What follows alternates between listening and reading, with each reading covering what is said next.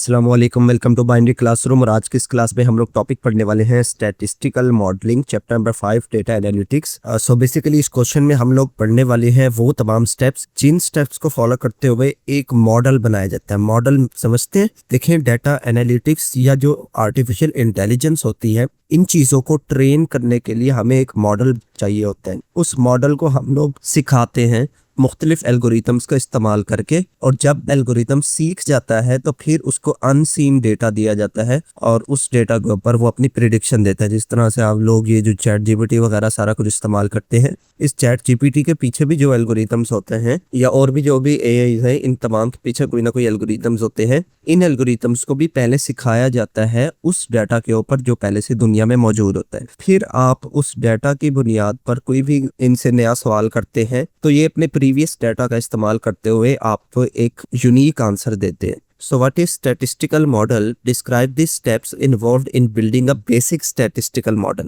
जी, हमने पढ़ना है कि statistical models क्या होते हैं और एक basic statistical model में कौन कौन से steps follow किए जाते हैं। So statistical modeling is the method of using data to understand patterns in the real world and make prediction about the future. Ji, so statistical modeling कहते हैं कि वो मॉडल, वो मेथड है जिसके अंदर हम डेटा पैटर्न को समझने की कोशिश करते हैं जो कि इस वक्त मौजूद होते हैं हमारे पास, और उन डेटा पैटर्न्स को इस्तेमाल करते हुए हम लोग प्रिडिक्ट करते हैं फ्यूचर के किसी इवेंट को। It helps to make informed decision based on past observation. जो हमारे पास कल की इंफॉर्मेशन है, पहले से मौजूद जो भी इंफॉर्मेशन है, उस इंफॉर्मेशन को इस्तेमाल करते हुए हम लोग फ्यूचर की किसी बात को प्रिडिक्ट करें या उससे नई बात अखज़ करें, कोई नया डिसीजन मालूम कर सकें, तो ऐसे मॉडल को, ऐसे मेथड को क्या बोलेंगे? Statistical model. फॉर एग्जाम्पल,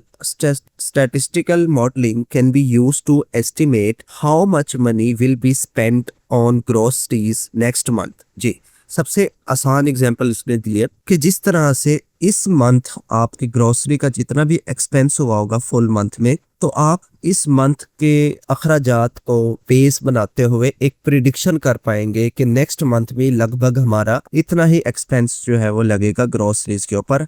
अब उसमें वेरिएशन हो सकती है, हो सकता है कभी कम लग जाए, कभी ज़्यादा लग जाए रूटीन से, लेकिन एक जो आपको एवरेज मिला होगा वो एवरेज के इर्द गिर्द ही लाएगा। ऐसा नहीं होगा कि एक मंथ अगर ग्रोसरीज जो है वो 10,000 की आपकी आ रही है तो नेक्स्ट मंथ वो 50,000 नहीं हो जाएगा। हाँ, वेरिएंस इस तरह हो सकता है कि वो 15 या 18,000 तक पहुंच जाए, और इस तरह भी वेरिएंस हो सकता है कि वो 10,000 से कम हो जाए, 7,000, 8,000, तो ये काबिले बर्दाश्त होता है। तो इस तरह के जो एस्टिमेशन है, इस तरह की चीज़ों को प्रिडिक्ट करना स्टैटिस्टिकल मॉडलिंग कहलाता है। सो इसके 5 स्टेप्स हैं हमारे पास। नंबर 1 है डिफाइन अ प्रॉब्लम। सबसे पहले तो हमें पता होना चाहिए कि प्रॉब्लम एक्चुअल में है क्या जिसको हम सॉल्व करना चाह रहे हैं। स्टेप नंबर 2 है कलेक्ट दी प्रॉब्लम। जो भी प्रॉब्लम है उनको आपने कलेक्ट करना है कि ये प्रॉब्लम है, ये प्रॉब्लम है, फलां प्रॉब्लम आ रही है, इसको करने में ये प्रॉब्लम आ रही है, तो ये सारी चीज़ें आपने डाटा गैदरिंग बेसिकली करनी है। थर्ड पर सिलेक्ट एन अप्रोप्रिएट एल्गोरिदम। जो भी आपने डाटा को कलेक्ट किया है, अब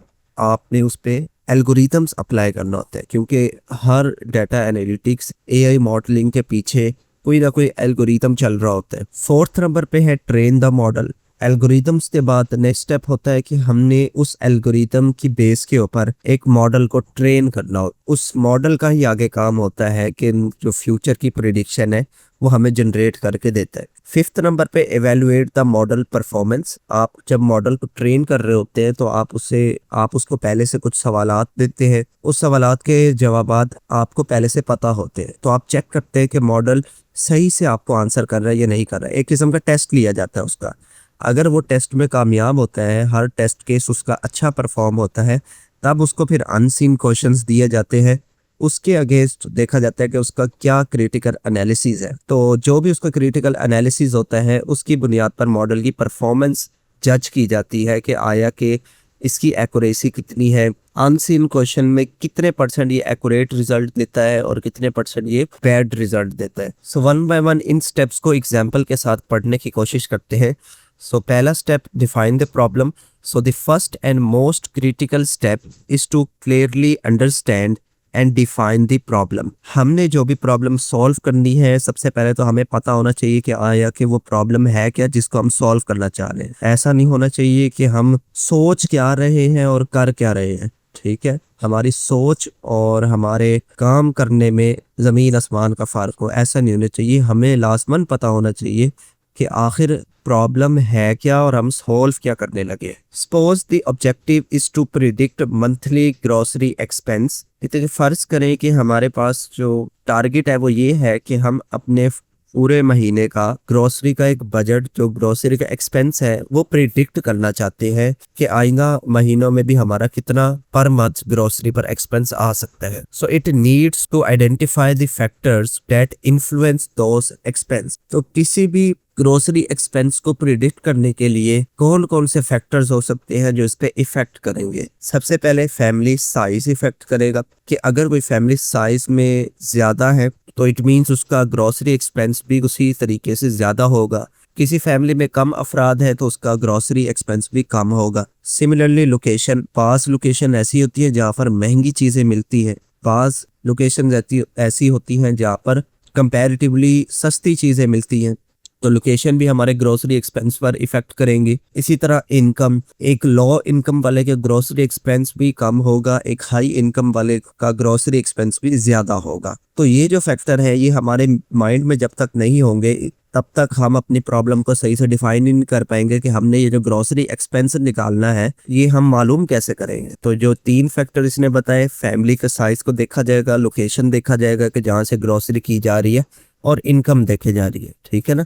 अब ऐसा तो नहीं होगा ना कि कोई शख्स जो है वो अल-फतेह से ग्रोसरी कर रहा है और कोई जो है वो एक लोकल बाजार से ग्रोसरी कर रहे हैं, तो वहाँ के ग्रोसरी रेट्स और वहाँ के ग्रोसरी रेट्स में जो है ज़मीन आसमान का फ़र्क होगा। और इसी तरह अगर कोई family size let's suppose 20 people family के अंदर है तो उनका ऑब्वियसली मंथली ग्रोसरी एक्सपेंस ज़्यादा होगा बनिस्बत जिसकी फैमिली में सिर्फ और सिर्फ 4 ही लोग हैं। इसी तरह इनकम है, अब कोई शख्स अगर 1 लाख रुपए अर्न कर रहा है तो उसका ग्रोसरी एक्सपेंस भी उसी तरीके से होगा 20 to 25 या मैक्सिमम 30,000। अगर कोई जो है वो 5 lakhs पर है मंथ अर्न कर रहा है तो उसका ग्रोसरी एक्सपेंस भी वैसा होगा। जाहिर है वो प्रीमियम चीज़ें जो है वो बाय करेगा तो उसका ग्रोसरी एक्सपेंस भी 1 to 120K के अराउंड जो है वो इजीली चला जाएगा। सो ये फैक्टर्स होते हैं जो बेसिकली डिपेंड्स करते हैं।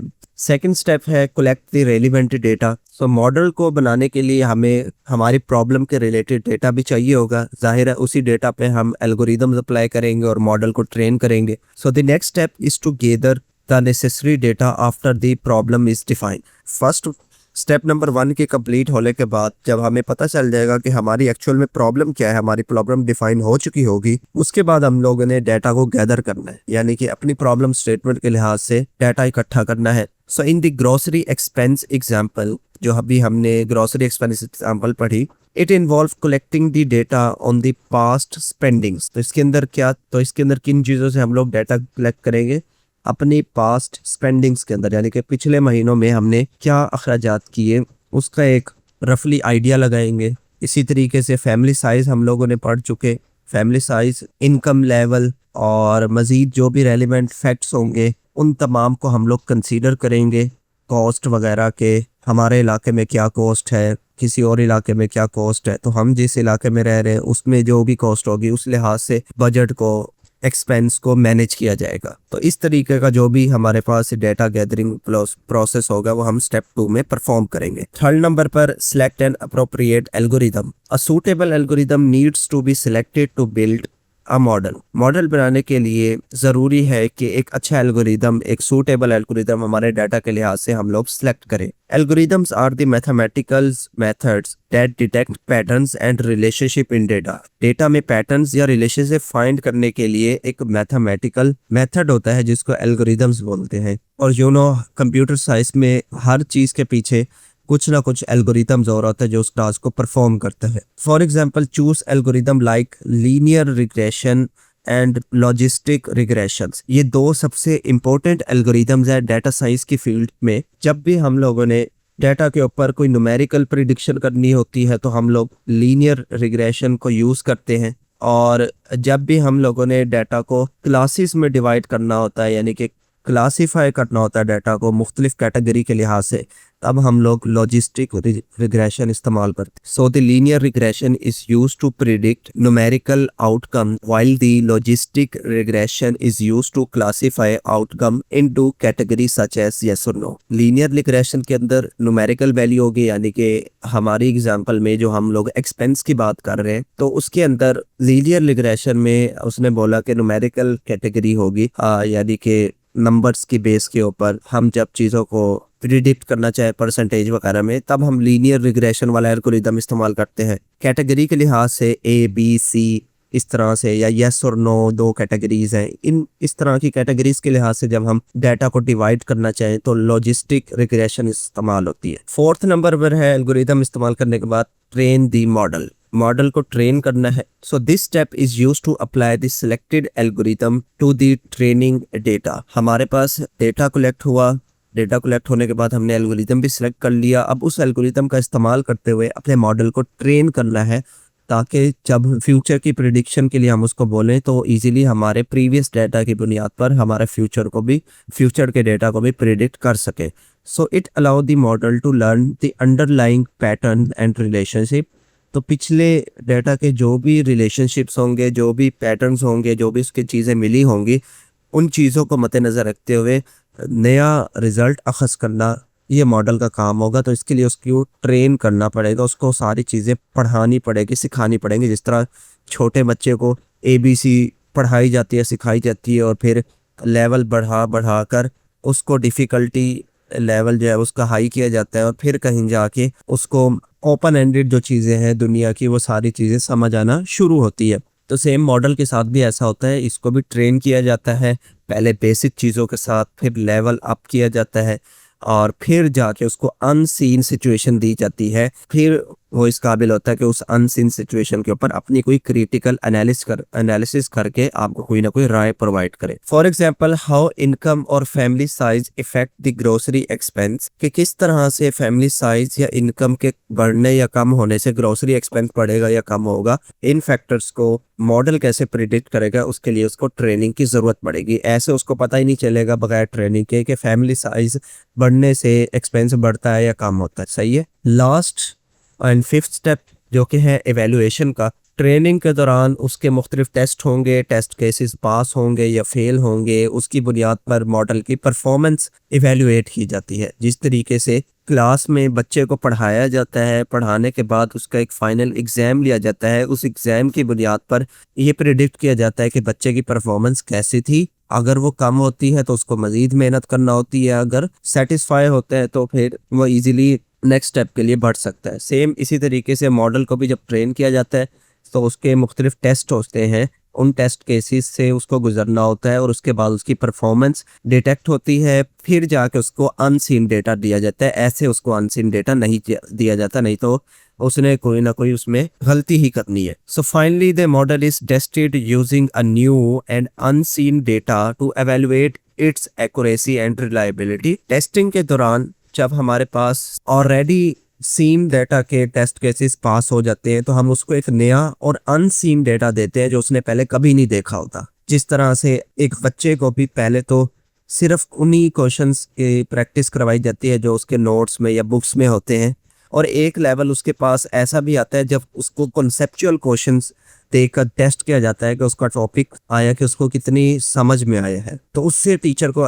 बेटर अंदाज़ा होता है कि बच्चे को टॉपिक कितने % समझ में आया, जब हम उसको एक कॉन्सेप्चुअल और अनसीन क्वेश्चन देंगे जो ना किसी एक्सरसाइज में होगा ना उसके बुक में होगा, बल्कि टॉपिक से रेलिवेंट होगा लेकिन कॉन्सेप्चुअल बेस पे होगा। अगर उस बच्चे ने टॉपिक को कॉन्सेप्चुअली समझा होगा तो उसके लिए इजी हो जाएगा, अदरवाइज उसके लिए मुश्किल होगी। सो this step ensure that the model makes a valid prediction. तो यहाँ पर हम बेसिकली यही चेक करेंगे कि मॉडल हमारा सही से प्रिडिक्शन कर रहा है या नहीं कर रहा। अगर वो सही से प्रेडिक्शन कर रहा है इसका मतलब मॉडल जो है वो रेडी टू गो है, आप उसको इजीली इस्तेमाल कर सकते हैं अनसीन डाटा के ऊपर। अगर वो कहीं ना कहीं मिस्टेक करता है, सही से आंसर नहीं करता, पूछा उससे कुछ जाता है जवाब में कुछ लिख देता है, तब आप उसको मजीद डाटा के साथ ट्रेन करते हैं और फिर जो है दोबारा से टेस्ट केसेस रन करते हैं, दोबारा से अनसीन डेटा उसको दिया जाता है और फिर कहीं जाके उसकी प्रिडिक्शन जो है वो सही होना स्टार्ट होती है, यानी कि उसको बार बार प्रैक्टिस करवाई जाती है इन शो। तो जिस तरह से एक ह्यूमन ब्रेन को डेवलप किया जाता है, सिमिलरली मॉडल को भी वैसे ही डेवलप किया जाता है। जब तक वो सीख नहीं जाता तब तक उसकी ट्रेनिंग जो है वो चलती रहती है। सो इतने से हमारे पास स्टैटिस्टिकल मॉडलिंग का कॉन्सेप्ट था। तो आई होप आपको ये वीडियो समझ में आ गई होगी। अभी के लिए फिलहाल इस वीडियो में इतना ही। अल्लाह हाफिज।